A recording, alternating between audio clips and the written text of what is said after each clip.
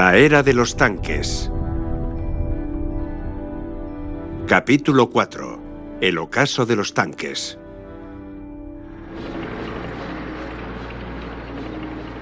Finalmente, la Tercera Guerra Mundial, que supuestamente debería haber enfrentado a los tanques soviéticos y norteamericanos, nunca tuvo lugar. Invierno de 1990, Checoslovaquia. Los ciudadanos apenas si podían creer lo que veían. Tras 22 años de ocupación, los tanques soviéticos comienzan a abandonar el país. Todavía necesitarían 4 años más para que todos abandonaran el resto de Europa. Una oleada de revueltas democráticas había barrido Europa del Este desde Alemania hasta Polonia y Hungría. El telón de acero había caído y los tanques no tenían a dónde ir salvo a su casa. Recuerdo el momento en que los germanorientales recobraron la libertad. Es posible que entonces mi reacción, mi sentimiento no fuera exactamente el mismo que sentía el resto de los habitantes de Norteamérica o Alemania Occidental, que sentían un gran entusiasmo y una gran liberación. Los que vestíamos de uniforme en aquel momento no podíamos dejar de preocuparnos. ¿Qué viene ahora? Al final de la Guerra Fría, el comandante de blindados norteamericano Erich Schwartz estaba destinado en Alemania Occidental. La caída del muro de Berlín significó el fin de un mundo dividido entre el este y el oeste. Schwartz pronto se dio cuenta de que mantener los tanques posicionados en Europa no tenía sentido, pero no podía imaginar que la historia del tanque estaba llegando a su fin.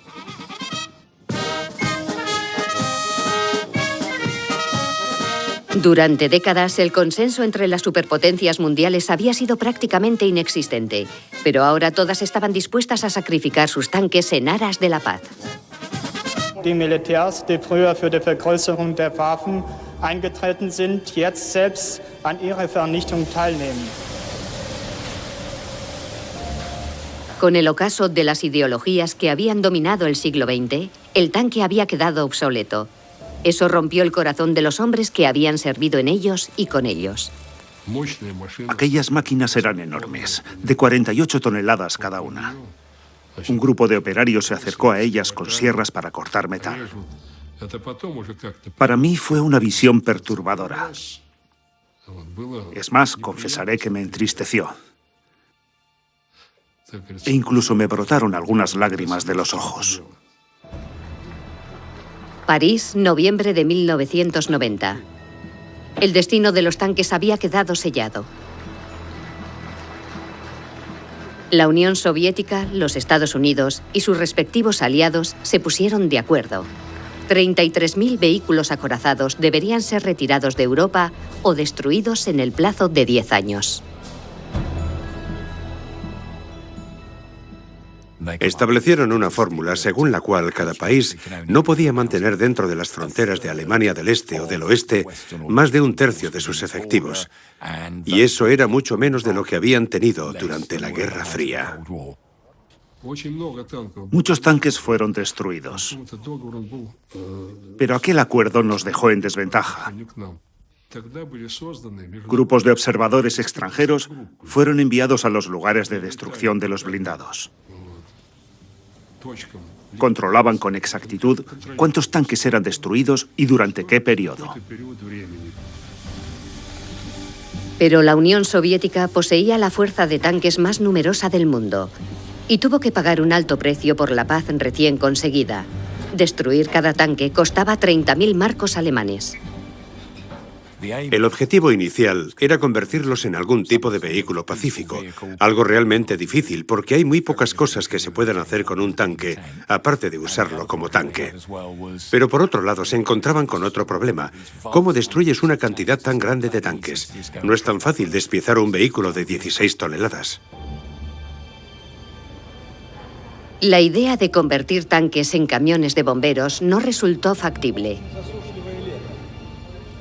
Con un consumo de 80 litros cada 100 kilómetros, ¿quién querría un vehículo así para la vida civil? En el antiguo bloque del Este, muchas fábricas de armas tuvieron que cerrar y ciudades enteras se quedaron sin empleo. Casi 75 años después de su nacimiento, el tanque parecía condenado. Los 30 años siguientes resultarían cruciales para su defunción o su resurgimiento.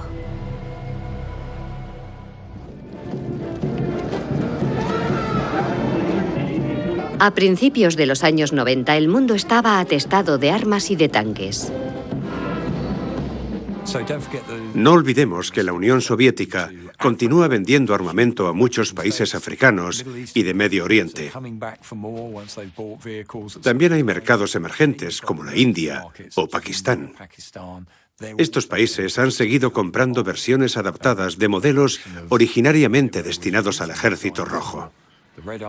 Y paralelamente, los Estados Unidos hacen exactamente lo mismo. Durante el tiempo de la Guerra Fría, los tanques habían supuesto un buen negocio para los Estados Unidos y la URSS. Entre los países que habían adquirido los blindados soviéticos se encontraba Irak, un país que en la década de los 90 estaba gobernado por Saddam Hussein, un líder que ambicionaba situarse al frente del mundo árabe. Entonces Irak poseía el cuarto mayor ejército del mundo, con 900.000 soldados y 5.700 tanques. Sus unidades mejor preparadas y más temidas eran las de la Guardia Republicana, la élite de Saddam Hussein. Rad Hamdani formó parte de la Guardia Republicana desde su creación en los años 80.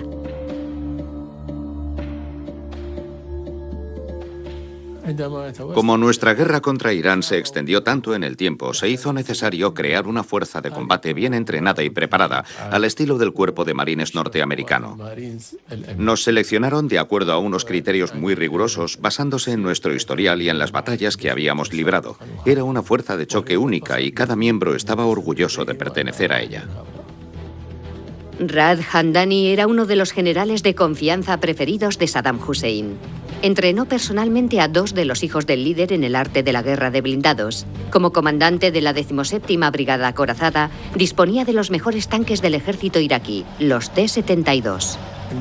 El tanque T-72 es un tanque de última generación, equipado con alta tecnología y muy bien armado. Venía equipado con 44 proyectiles, un cañón muy preciso, y era manejable y fácil de conducir. Era mucho más compacto que los tanques británicos y americanos.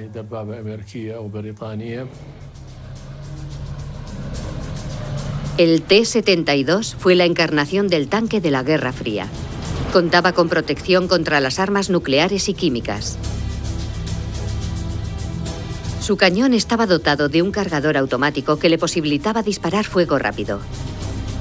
Sus potentes misiles antitanque podían penetrar en cualquier clase de blindaje, fuera cual fuera su grosor. El T-72 poseía una combinación de muchas grandes cualidades. Fue un éxito mundial en las décadas de los 70 y 80. Más de 25.000 T-72 fueron construidos en la Unión Soviética o bajo licencia y a más bajo coste en Checoslovaquia y Polonia.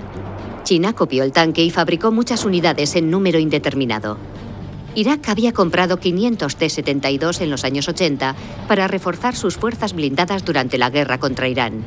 Una guerra que duró 8 años y que dejó a Irak al borde de la bancarrota. Su líder, Saddam Hussein, tenía que encontrar alguna manera de volver a llenar las arcas y decidió emprender una guerra otra vez. If history teaches us anything, it is that we must resist aggression or it will destroy our freedoms. Appeasement does not work. As was the case in the 1930s, we see in Saddam Hussein an aggressive dictator threatening his neighbors.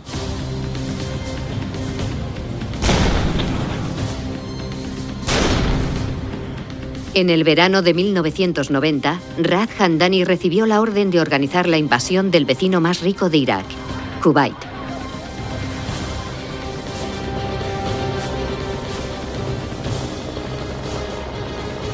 El 2 de agosto de 1990, 700 tanques T-72 y T-55 entran en Kuwait.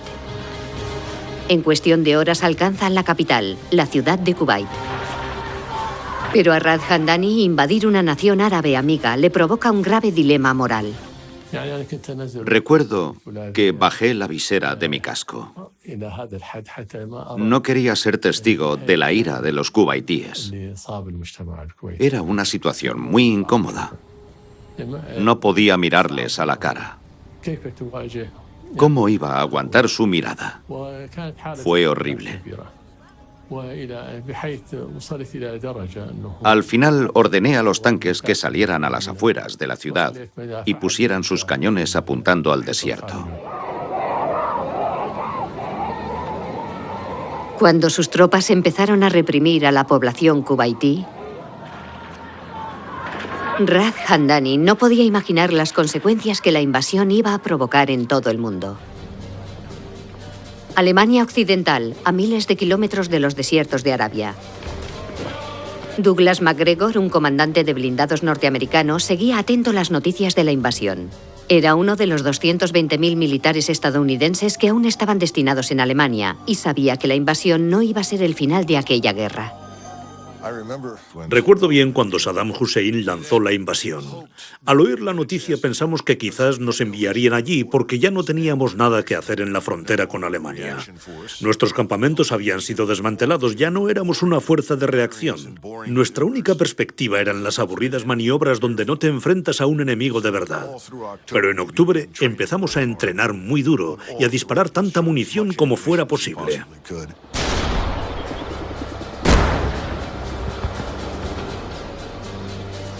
Al mismo tiempo, las tripulaciones de los tanques estadounidenses también se adiestraban con dureza en suelo americano. El capitán Eric Schwartz fue uno de los primeros en estrenar un videojuego como parte de su entrenamiento.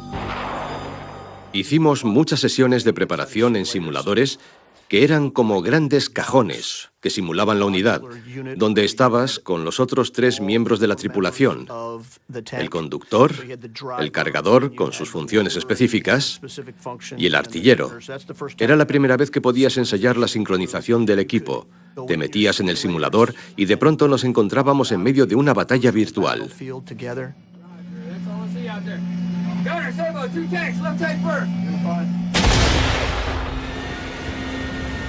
Douglas MacGregor y Eric Schwartz se iban a embarcar en el tanque M1 Abrams.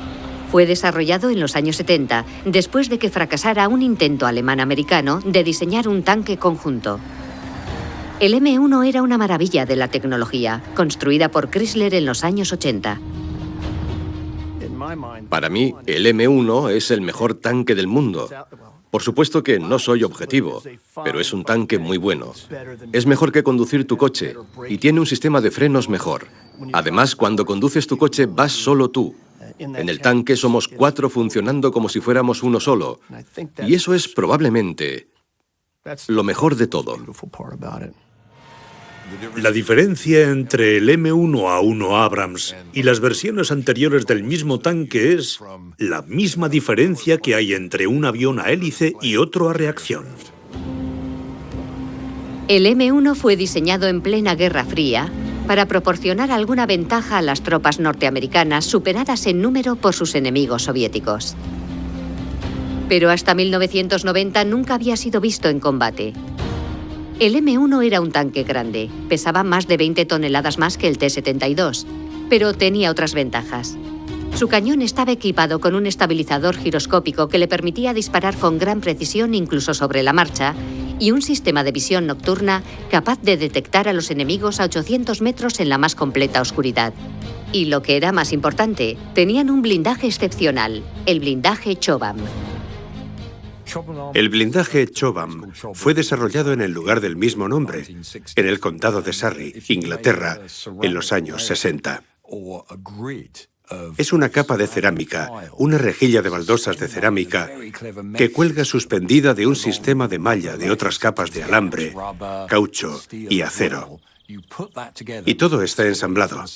Con un peso y un volumen mucho menores, es mucho más efectiva a la hora de detener cualquier disparo, ya se trate de cargas huecas o de misiles antitanque. Proporciona un nivel de protección mucho mayor. Indeed, there have been no penetrations. A crew protected with Chobham armor would have been completely safe. In a tank with conventional armor, either type of attack would have killed them. Uno de los inconvenientes del blindaje Chobham es que no se puede curvar. Por eso la mayoría de los modernos tanques occidentales tienen ese aspecto angular en su diseño, en vez de ser redondeado. Eso es porque debajo están las placas de blindaje Chobham. En el otoño de 1990, Douglas MacGregor y las tripulaciones de los M1 posicionados en Alemania comienzan a desplegarse. Cambian las verdes planicies alemanas por Jubail, una ciudad portuaria de Arabia Saudí.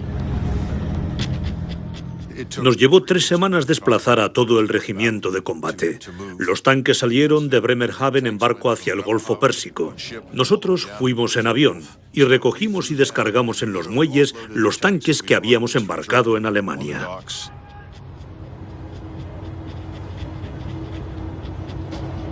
Por vez primera, las tripulaciones estadounidenses iban a enfrentarse a los modernos tanques soviéticos, pero no en la Guerra Fría Europea, sino en mitad del desierto arábigo.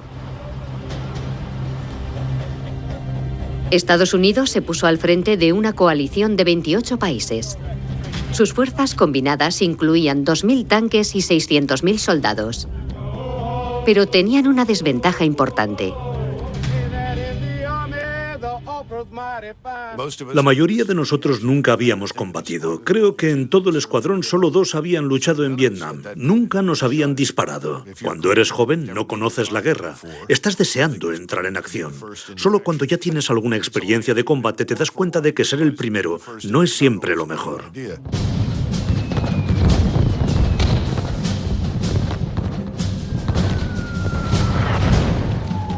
El 23 de febrero, a las 4 de la mañana, Douglas MacGregor y su tanque cruzaban la frontera saudí. Allí estaban los ejércitos más poderosos de la Tierra, los americanos, los británicos, los franceses y los países árabes.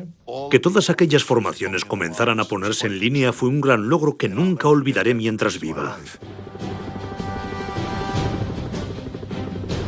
Era la primera gran operación militar conjunta desde el final de la Segunda Gran Guerra. Pero en la inmensidad de los desiertos arábigos, los tanques americanos tendrían que hacer frente a uno de los entornos más hostiles de la Tierra. El desierto es un lugar implacable, y cuando empiezas a pensar que ya lo dominas, te presenta otro nuevo reto, ya sea en forma de tormenta de arena, o un calor abrasador, o un cauce seco que aparece de repente, fallas, rocas, montañas, es todo muy diferente. La arena obstruía los filtros de los motores. En cualquier momento, los tanques iraquíes podían aparecer por el horizonte abrasador, y algo que no se quitaban de la cabeza: un posible ataque con armas químicas por parte de la Fuerza Aérea de Saddam. Mientras una parte del ejército de la coalición se adentraba en Kuwait para liberar el país ocupado, la unidad de Douglas MacGregor ponía rumbo al mismo Irak. Su misión: cortar la retirada a la Guardia Republicana. Pero dar con ellos era una tarea difícil en un desierto tan grande como la mitad de Alemania, sin puntos de referencia de ningún tipo. Justo antes de salir hacia Irak, el M1 había sido equipado con un sistema de navegación asistida desarrollado en los años 60 por el ejército americano. Todavía estaba en las primeras fases de prueba y distaba mucho de ser fiable. Se trataba del ancestro del GPS. Funcionaba intermitentemente. A veces se perdía la señal y de pronto la recuperabas y había que reajustarlo. Pero incluso con GPS, el avance de la unidad de MacGregor era muy lento. El Estado Mayor de la coalición teme acabar estancado en un nuevo Vietnam y actúa con la máxima precaución. El 26 de febrero se ordena que se detengan los tanques. Cuando ya estaba empezando a arrepentirme hasta de haberme alistado en el ejército, de repente apareció el Shamal, una horrible tormenta de arena del desierto que además impide que cualquier aeronave sobrevuele la zona. En otras áreas sí podían volar, pero encima de nosotros no había nadie. No podía ver más allá de 15 o 20 metros. Con las gafas térmicas podíamos ver algunos puntos rojos, puntos de calor delante. O sea que yo sabía que allí había algo, pero no había forma de saber qué era. Cuando finalmente la tormenta de arena amainó, los tanques americanos se encontraron frente a frente con 60 tanques T-72 iraquíes semienterrados en la arena.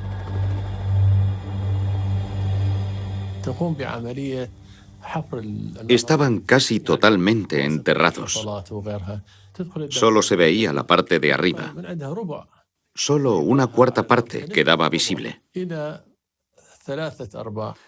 Los tanques se escondían en hondonadas tan profundas que no podías ver ni su parte superior, pero en el momento en que reciben la orden, sale del fondo del agujero y se coloca junto al borde, desde donde puede escanear todo y disparar, y luego volver a refugiarse en el agujero.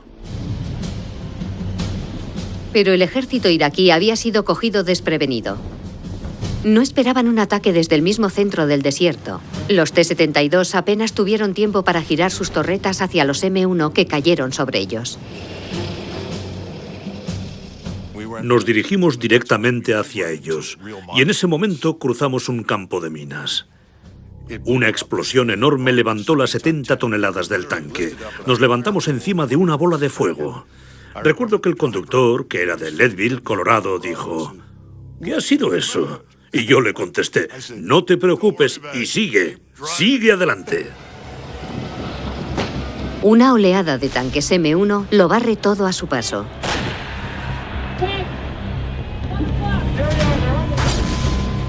La estabilizadora les permite disparar con suma precisión, incluso a una velocidad de 50 kilómetros por hora. Te permitía disparar al blanco con una fiabilidad absoluta. A nosotros nos parecía increíble. Lo único que tenías que hacer era apuntar y disparar. Y acto seguido veías torretas de T-72 reventadas que salían por el aire, tanques en llamas y gente, soldados y oficiales iraquíes que salían de los tanques. Los tanquistas norteamericanos hallaron un punto débil en el diseño de los T-72. La munición iba alojada justo debajo de la torreta, de forma que, con un tiro certero allí, el tanque ardía en llamas en unos segundos, sin que su tripulación tuviera oportunidad de escapar. A las 10:30 de la noche llega el fuego de apoyo de los helicópteros Cobra y Apache para los tanques M1 que están en tierra. La coalición ha ganado esta batalla.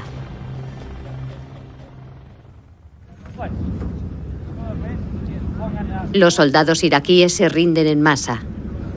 Douglas MacGregor y los demás soldados descubren que la temida Guardia Republicana iraquí no era tan fiera como la pintaban. Finalizada la batalla, descubrieron que cuando algunos T-72 del ejército iraquí disparaban sobre los Abrams americanos y los tanques británicos, estaban disparando con munición de ejercicios prácticos. Es decir, que era totalmente imposible que traspasaran el blindaje Chobham de los tanques americanos y británicos.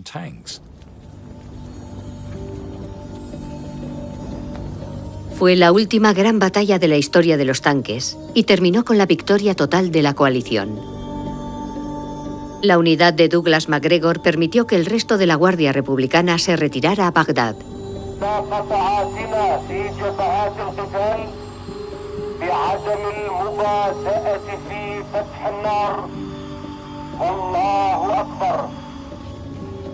El 28 de febrero de 1991 se declaró el alto el fuego y Kuwait fue liberado.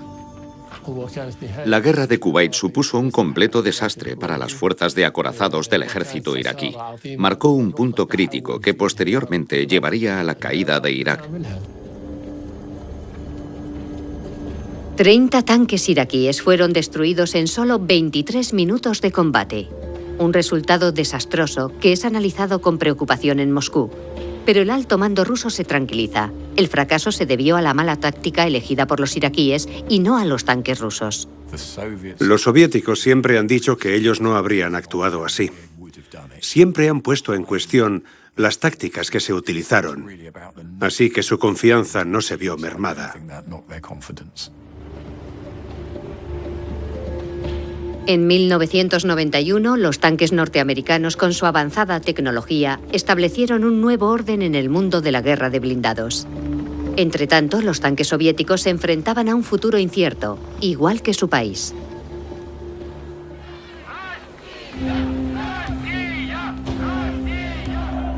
1991. El imperio soviético se descompone. Sus tanques han perdido la capacidad de mantener a la gente bajo control. En enero, los lituanos, que reclamaban su independencia, no dudaban en enfrentarse a los tanques con las manos desnudas y en cegarlos con sábanas.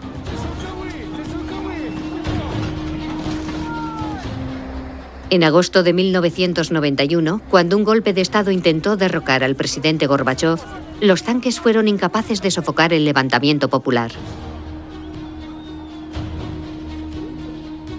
El 26 de diciembre de 1991, la Unión Soviética quedó oficialmente disuelta después de casi 70 años de existencia. Para el Ejército Rojo era un cataclismo. La máquina de guerra del Ejército Rojo y su complejo industrial se derrumbaban. Una de las grandes plantas de fabricación de tanques estaba en Ucrania, y cuando ésta se independizó, perdió la mitad de su capacidad de producción. Fue un periodo muy difícil para todos nosotros. Algunas de las fábricas de tanques consiguieron mantenerse, pero otras no sobrevivieron.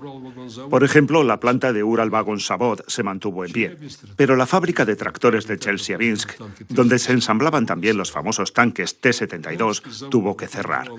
La factoría de Omsk pasó por momentos muy difíciles, pero logró salir adelante, aunque abandonó la producción de tanques. A finales de 1991, la URSS se dividió en 15 estados independientes. Rusia heredó las 3/4 partes del territorio, pero la inestabilidad interior es grande. En noviembre de 1991, Chechenia proclama su independencia en contra de la opinión de Moscú. El gobierno ruso se opone a cualquier movimiento de secesión. Un año después, el presidente checheno, Dzhokhar Dudayev, se niega a firmar un nuevo tratado de federación con Rusia.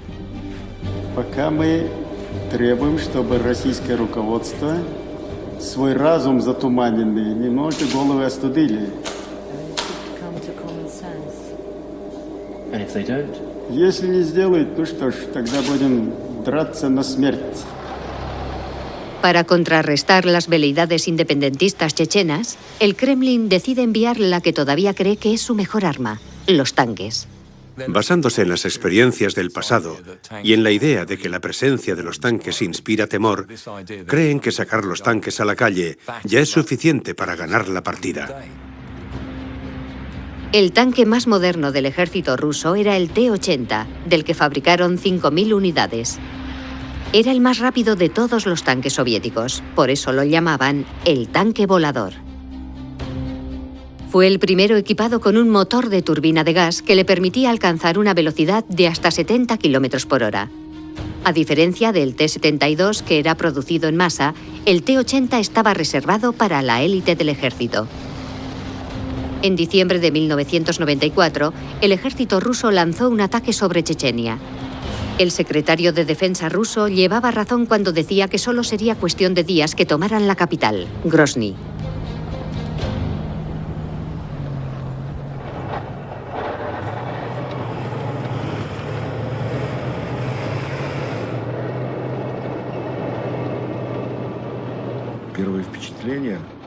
Mi primera impresión cuando atravesé la ciudad fue... Casi no podía reconocerla. Solo quedaban ruinas de las calles y algunos edificios. Lo habían destruido todo. Y después vi la increíble cantidad de vehículos blindados que habían traído a nuestros talleres. Andrei Brinkin era un ingeniero ruso especializado en la reparación de tanques. Tenía 32 años cuando fue enviado a Grozny como parte de la brigada rusa Maikop. Se quedó horrorizado por lo que se encontró allí. La brigada había perdido 20 de sus 26 tanques durante los primeros 2 días de combate. Los soldados que quedaron atrapados en la masacre del 31 de diciembre al 1 de enero me relataron lo ocurrido. La brigada Maikop había entrado en la ciudad en el silencio más absoluto y se dirigieron a la estación. Miraron en los alrededores. Había gente caminando y coches circulando. Nada hacía presagiar que algo horrible estaba a punto de suceder. Y de pronto la trampa se cerró sobre ellos.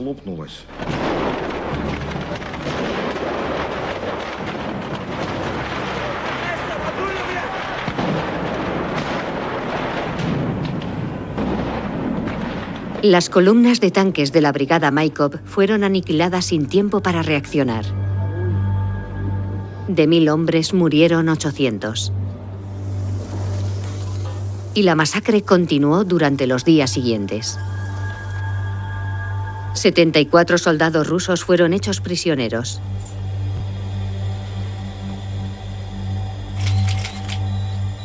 Andrei Brinkin descubrió el rostro del enemigo: el ejército checheno.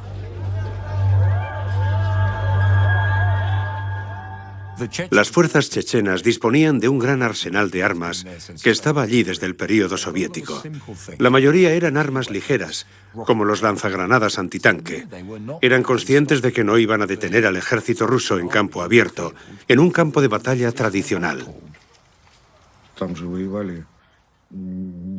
Tengan en cuenta que en el ejército checheno, los militares no eran reclutas inexpertos, sino combatientes veteranos de entre 30 y 40 años, que habían servido en el Ejército Rojo. Eran hombres maduros y experimentados, resueltos, y que no se iban a detener ante nada.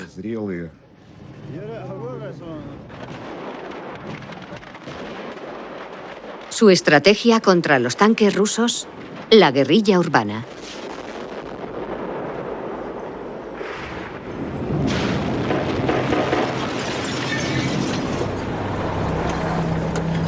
Primero, los chechenos bloqueaban la calle con algunos de los pocos blindados que tenían, para dirigir al convoy ruso hacia la emboscada.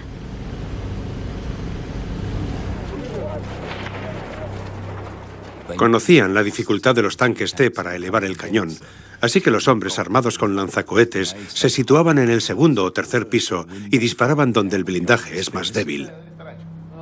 Desde los edificios que daban a la calle, los tiradores chechenos destruían el primero y el último de los tanques de la columna. Eso dejaba atrapados a los demás y les permitía ir deshaciéndose de ellos uno a uno. Tradicionalmente se ha sostenido que para luchar contra la guerrilla urbana también es necesaria la infantería, para que neutralicen a los comandos antitanque. Pero los reclutas son reacios a abandonar sus vehículos y por tanto resultan más vulnerables. Tras 4 días de combate, 200 vehículos blindados fueron destruidos y 2000 soldados resultaron muertos. La ofensiva de los tanques rusos había resultado un desastre. El ejército reúne las fuerzas que le quedan en las afueras de la ciudad para revisar su estrategia. Esta vez los tanques se colocarían detrás de la infantería, a salvo del fuego antitanque. Y las fuerzas avanzarían calle por calle en grupos más pequeños. Andrei Brinkin pasó en Grozny 2 meses de dura lucha.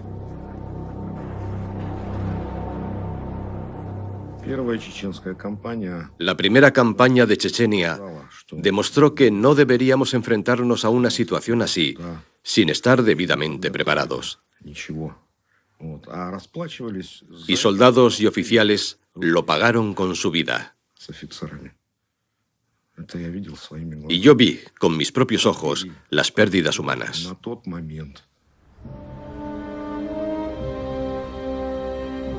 En 2 años, la guerra de Chechenia se cobró 30.000 vidas.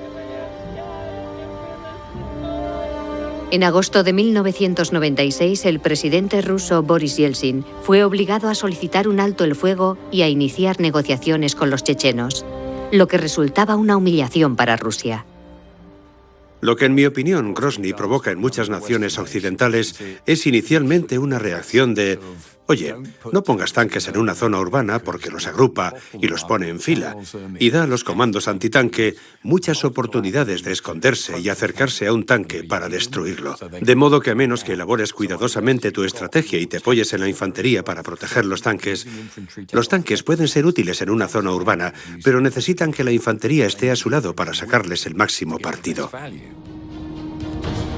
Durante la década siguiente, la debacle de los tanques en Grozny fue analizada por los mandos militares tanto de Moscú como del resto del mundo. La cuestión que todos se planteaban era: ¿son válidos los tanques para la guerra urbana moderna? o no constituyen más que mortales trampas de acero para sus tripulantes. Para finales del siglo XX, los soldados de todo el mundo se habían dado cuenta de la gran vulnerabilidad de los tanques, sobre todo en la guerra urbana. En unos tiempos de tanta incertidumbre, desarrollar un nuevo modelo de tanque era una aventura cara e incierta que los fabricantes no se atrevían a emprender. Preferían añadir mejoras a los viejos modelos. Y el fabricante de armas que con más acierto supo hacerlo fue la firma alemana Krauss-Maffei, el fabricante de los Leopard 1 y 2. En 1994, la compañía firmó un contrato con los gobiernos de Alemania, Suiza y Holanda para modernizar sus flotas de Leopards. Concentraron sus esfuerzos en proteger a los tripulantes, sobre todo reforzando el blindaje de la torreta.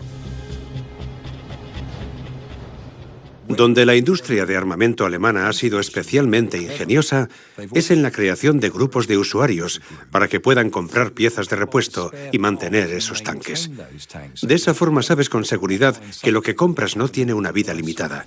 La compañía Krauss-Maffei-Wegmann, por ejemplo, ha creado algo que se llama Leo-Ben y que consiste en que todos los países que usan tanques Leopard se reúnen y hablan sobre los problemas de funcionamiento de sus tanques o de las piezas de repuesto. Así que es un tanque bien respaldado y mantenido. El Leopard 2 es el tanque más vendido en todo el mundo. Al menos los ejércitos de 16 países lo usan. Pero nadie sabía cómo se comportaría en el mundo real, porque nunca había participado en combate. El mundo había entrado en el siglo XXI y los tanques parecían estar más cuestionados que nunca, al tener que enfrentarse a los desafíos de la guerra moderna. ¿Habrá todavía algún sitio para ellos en las guerras venideras?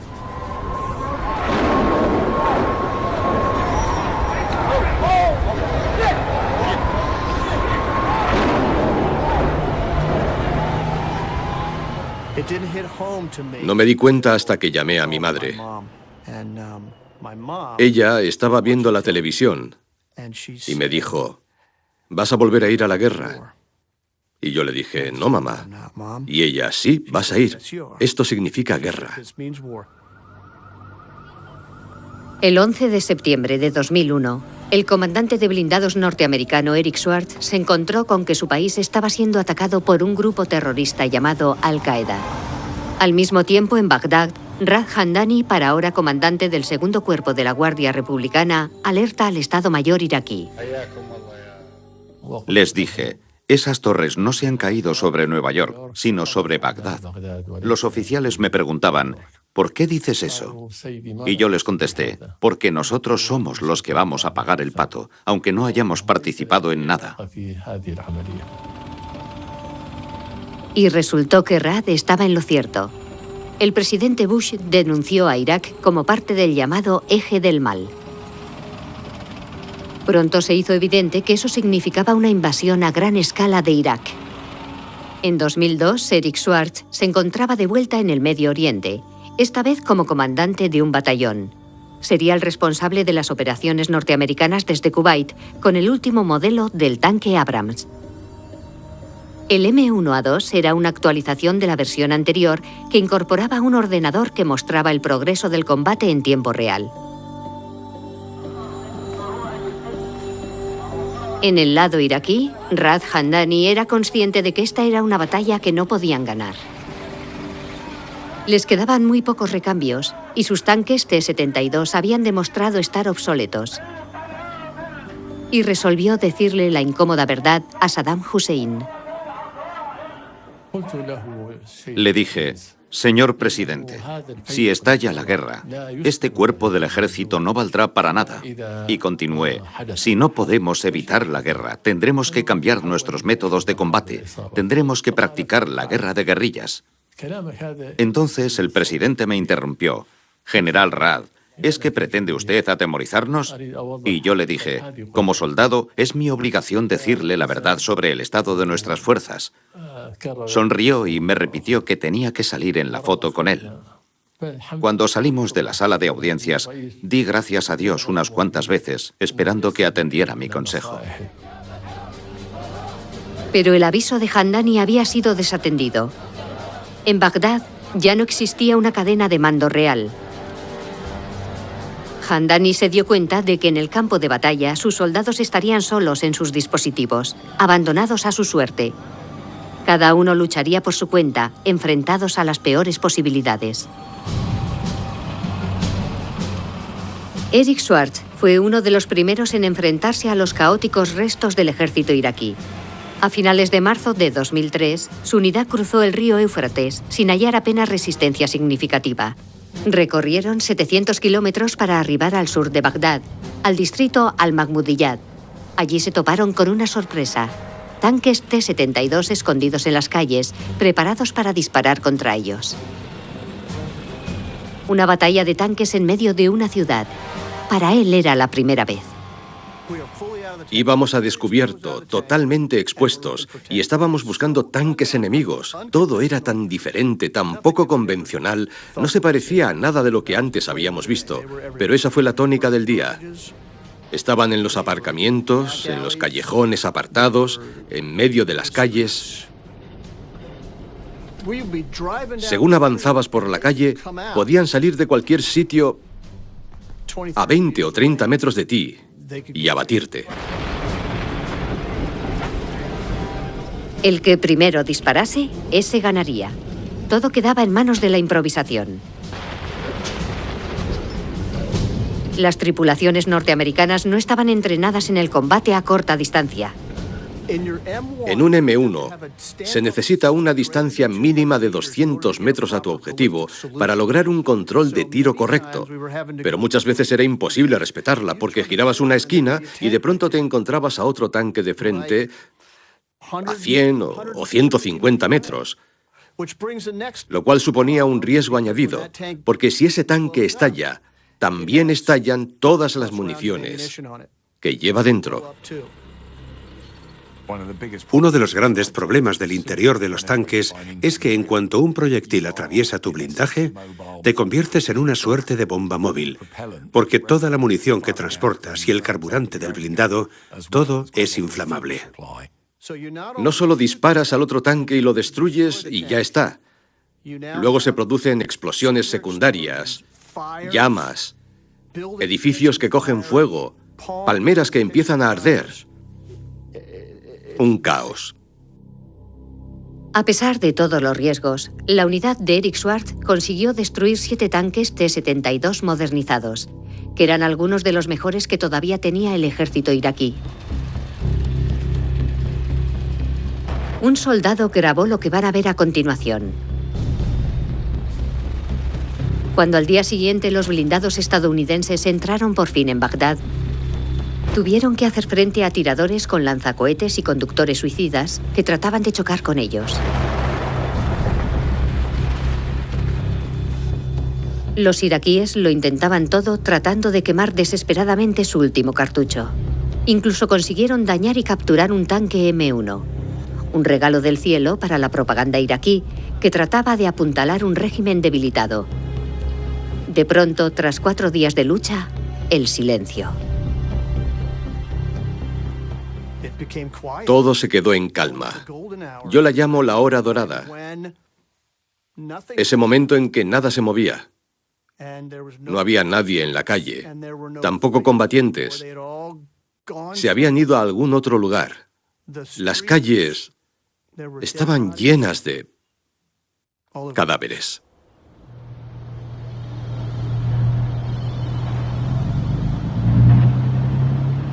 Los carros de combate de la coalición habían conquistado la capital. Los símbolos del gobierno iban cayendo uno tras otro. Los 23 años del largo reinado de Saddam Hussein habían llegado a su fin. Eric Schwartz volvió a casa 3 meses después. El final de los combates marcó el inicio de un nuevo periodo de la guerra iraquí, el de la ocupación militar y la guerra de guerrillas. Pero los Abrams no habían sido construidos para eso.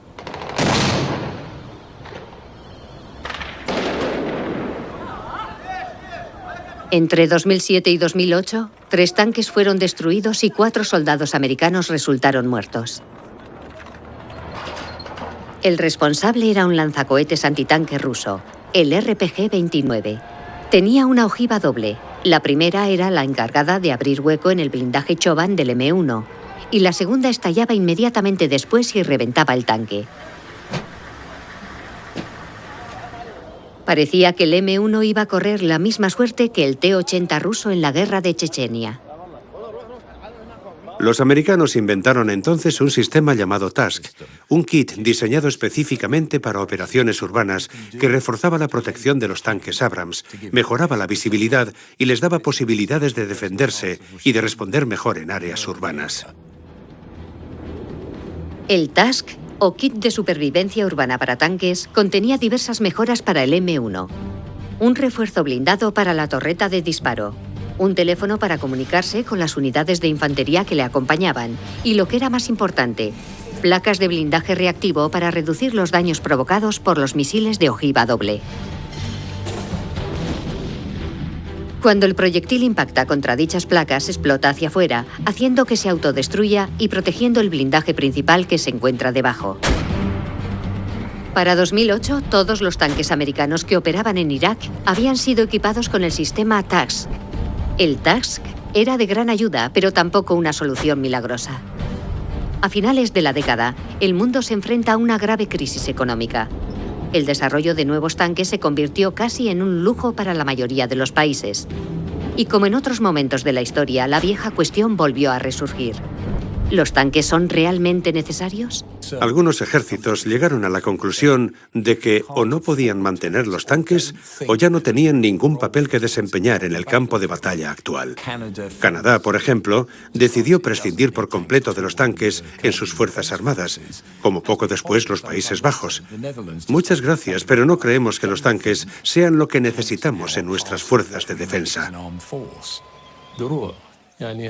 Los tanques desaparecerán. Ahora que es posible destruirlos a mucha distancia, ya no tienen sentido. Ni siquiera los más pequeños, ni los más avanzados tecnológicamente. Hemos entrado en una nueva era para la guerra y las armas.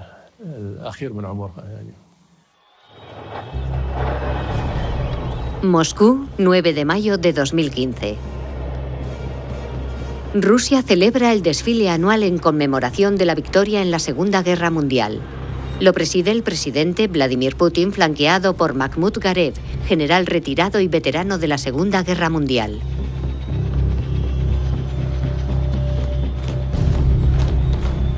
Pero este año el desfile no solo homenajea el pasado, sino también el inicio de una nueva era. El ejército ruso desvela un nuevo tanque que ha estado desarrollando en secreto, el T-14. Ha hecho que los países occidentales digan, vaya, esto sí que es nuevo.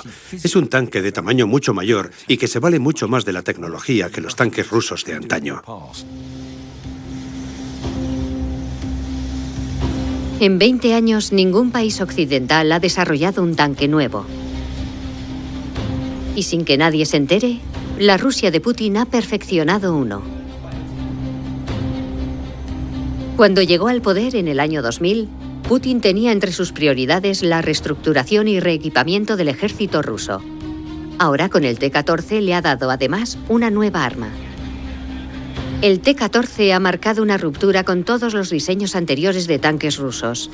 Su fabricante, Uralvagonzavod, decidió dejar a un lado la filosofía que desde la Segunda Guerra Mundial tanta fama le había granjeado con el T-34 y después el T-55 de la Guerra Fría y el T-72 en la Guerra del Golfo.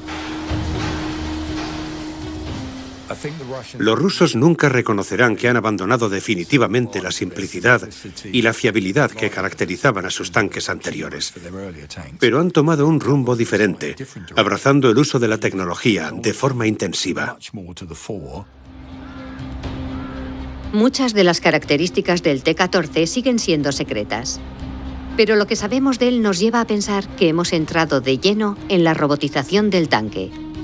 Por primera vez en la historia, la torreta no la maneja una persona. Los 3 tripulantes van dentro de una cápsula reforzada que va dentro del blindaje principal del carro y que está aislada de la munición. Desde aquí conducen el tanque y manejan la torreta y el armamento.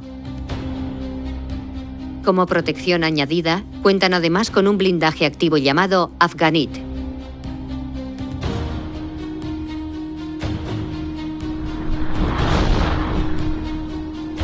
Posee un radar capaz de detectar y localizar misiles que se acercan. Y dispara contramedidas en la misma dirección, destruyendo el proyectil que le amenaza. El cañón del T-14 es de 125 milímetros, el más potente que jamás se haya montado en un tanque moderno.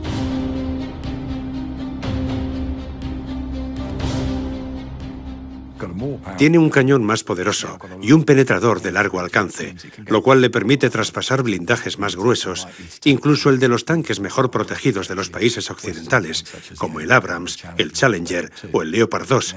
El sistema de armamento del T-14 podría atravesarlos. Por eso ahora Occidente ha despertado y ha vuelto a plantearse el potencial de los tanques.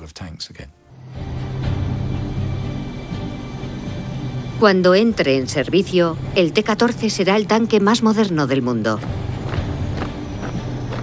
En total, el ejército ruso ha encargado 2.300 ejemplares a entregar antes del año 2020. 100 años después de su nacimiento, la carrera armamentística del tanque parece haberse reavivado. Pero, ¿qué significa eso y cómo modifica el equilibrio de poder en nuestro mundo?